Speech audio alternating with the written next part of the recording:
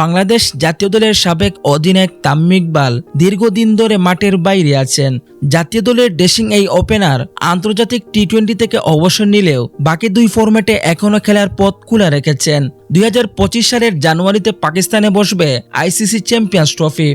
গুঞ্জন রয়েছে ওয়ানডে ফরম্যাটের এই টুর্নামেন্ট দিয়ে আবারও জাতীয় দলে ফিরবেন তামিম। এই তারকা ক্রিকেটারের ফেরা নিয়ে 25শে জুলাই গণমাধ্যমের মুখোমুখি হয়েছেন বিসিবির ক্রিকেট পরিচালনা বিভাগের প্রধান জালালিনুস চৌধুরী। তখন তিনি বলেন, আমরা তার উত্তরের অপেক্ষায় আছি। আমরা আগেই তাকে প্রস্তাব দিয়েছি। মাননীয় বোর্ড সভাপতির সঙ্গে আলাপ আলোচনা করবে বলে জানিয়েছে তামিম এই জায়গাটা আমাদের জানাতে পারলে খুবই ভালো হয়।